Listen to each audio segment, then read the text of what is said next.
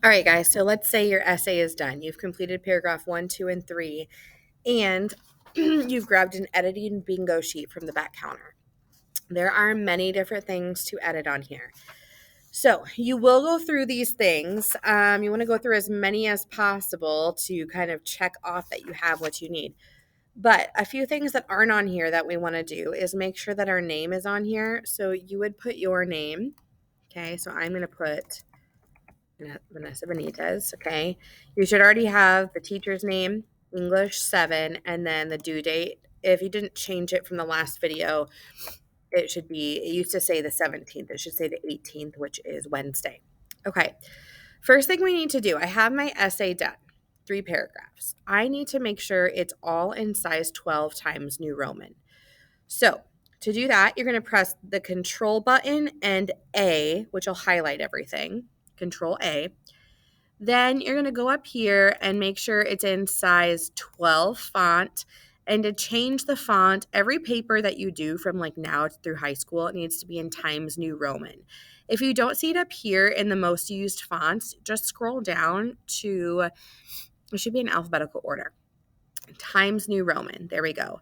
And then your whole essay also needs to be double spaced. So you come up here where it says line and paragraph spacing and go to double.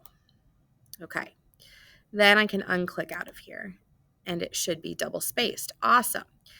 The other thing we want to do is we want to separate, so it doesn't look like one big rectangle. We want to do something called tabbing or indenting.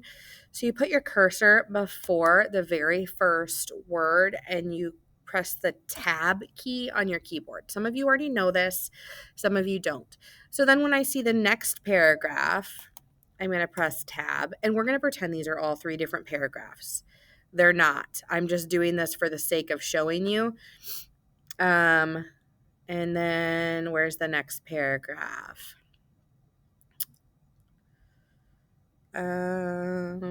Let's see. And then the last paragraph.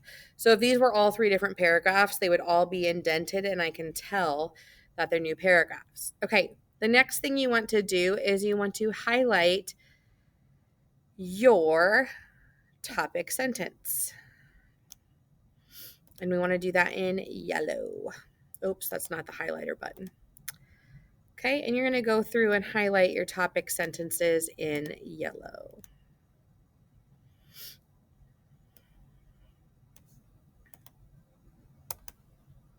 Okay. The next thing we want to do is we want to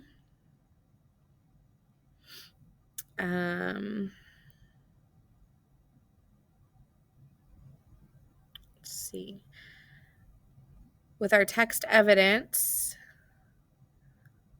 we want to make sure that it is in quotes and we have the page number and it doesn't say PG, it just says the page number. So go ahead and pause and see if yours is like that in all of your paragraphs. Okay, after you check your text evidence, you want to make sure that all of your transition words like furthermore, additionally, are bolded. So for example, additionally, furthermore. Okay, and do that for the second paragraph. Go ahead and do that.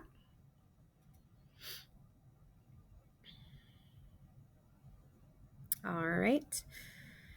Then what you want to do is you want to make sure that, let's see here. You want to make sure that you've capitalized the title of your story and the title of the author.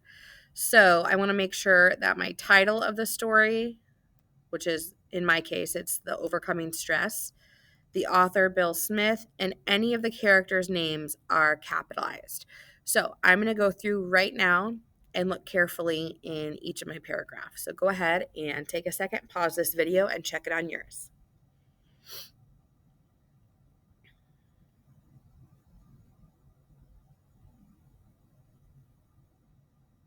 Okay. The next thing you want to check is with text evidence, you have a lead in. So you're not just starting with the text evidence, you actually say, for example, so-and-so says, comma. So you want to make sure you have a for example and whoever's talking. If it's not actually someone talking, it's just from the story, you can say the text states or the story states. But you want to make sure those words are before the quote. Go ahead and pause this video and check that.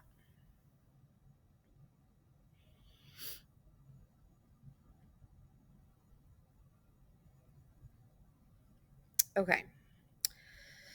Then what you want to do is you want to underline every time you use the strategy that the character uses. So stress is the obstacle, but meditating is my first strategy. So I'm going to go in and underline all the times I use the word meditating, meditation, something like that. Okay, so go ahead and pause this video, and in each of your paragraphs, take your strategy and underline the strategy word.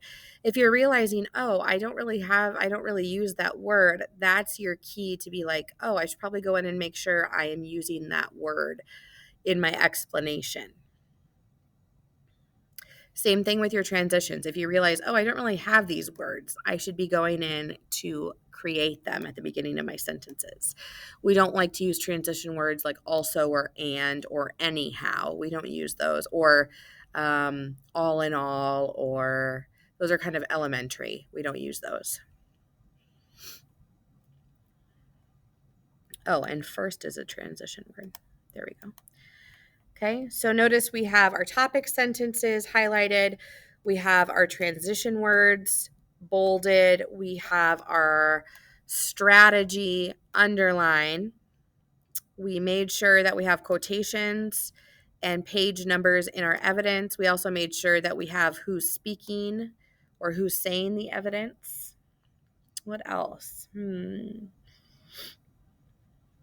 Oh, we want to make sure that the title of our story is in quotations because these are all short stories.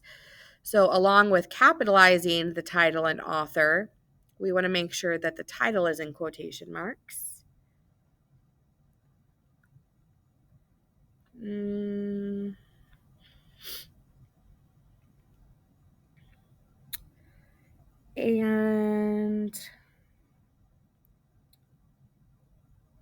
then I think we want to just do a tools grammar spell check. So go to tools, spelling and grammar, and doing a spelling and grammar check. And I don't see any suggestions. If you have Grammarly, turn that on and do a Grammarly check, which for some reason it's not showing up on mine. But if you have Grammarly, turn that on. Okay, then it looks good. And you would do this for all of your paragraphs. Then you are ready to send it to me or press submit, I guess. You'll just submit it on Schoology. All right, awesome.